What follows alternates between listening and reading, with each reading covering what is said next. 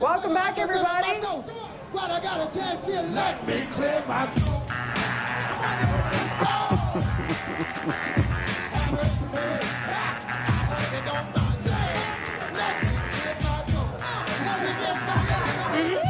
Let me clear my throat. Throat must be cleared. Nice, Yoda. Break it out. Clearing my throat it is. Over to the dark side with Frank Ferragine, our stormtroopers. Who needs the weather center when you have the stormtroopers, my friend? You do, yeah. Who needs it exactly? You know what? You look amazing. Yeah, thanks. You know what? And theatrics, what a great job they did. You know, it's always fun for Halloween. And when it comes to my gardening segment, sometimes I always like to make gardening fun. Yeah. So I said, let's take a look at some of the weirdest, kind of wackiest, maybe creepiest looking plants. So one of the weirdest, wackiest looking plants that you'll see in many home gardens right throughout the GTA and right across the province really is something that's called witch hazel, also known as a corkscrew hazel. It has a contorted stem. It is one that looks fantastic when it loses its leaves for winter interest, and it does really kind of look spooky to me. Healing properties it has. No healing properties, but indeed an interesting plant. Now, for those people out there that love to be a little bit on the dark side and maybe look for a little bit of something with a little bit of a weep, there's something that's called a weeping blue atlas cedar. This is one that will grow really well down to the Niagara region, and you can see how it extends its arms, got a kind of a weeping stem that comes down, great for winter interest as well, and that spooky appearance with almost that silvery gray foliage. And you know, when it comes to ghosts, there's also plants that look like ghosts, and there's one that's called the ghost fern. It's a painted fern. There it is. Boo! Boo! There it is. Boo!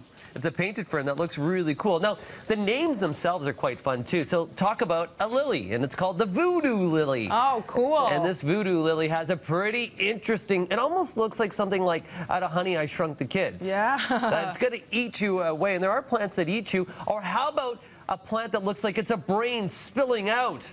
And that is the brain cacti. Ooh. Yeah, so you can see that there with all the stems that, well, really the little growth that's kind of in an area that looks exactly like a brain. And this is a fun one for kids to get. And you can purchase that right at many local garden centers right now. Smart-looking plant that is. Yeah, and when you talk about Halloween, it's always about the black bats. And there's one that's called the black bat flower. And this black bat flower is one that's native to Asia. A really interesting plant. And look at just, doesn't it kind of like whacked? And it almost appears to look like a bat itself. And then you look at the plants that can eat things. And they come, there's even a native plant here to Ontario called the pitcher plant. And that there, you can see the cup that's there. Yeah. Insects fly within it, and it eats away, Yoda. Like this plant here is something, Yoda, that you could use, and you could take care of all the evil just through a plant like this. Use the force. And finally, one that was blooming not so long ago in through Niagara was what's called the corpse flower.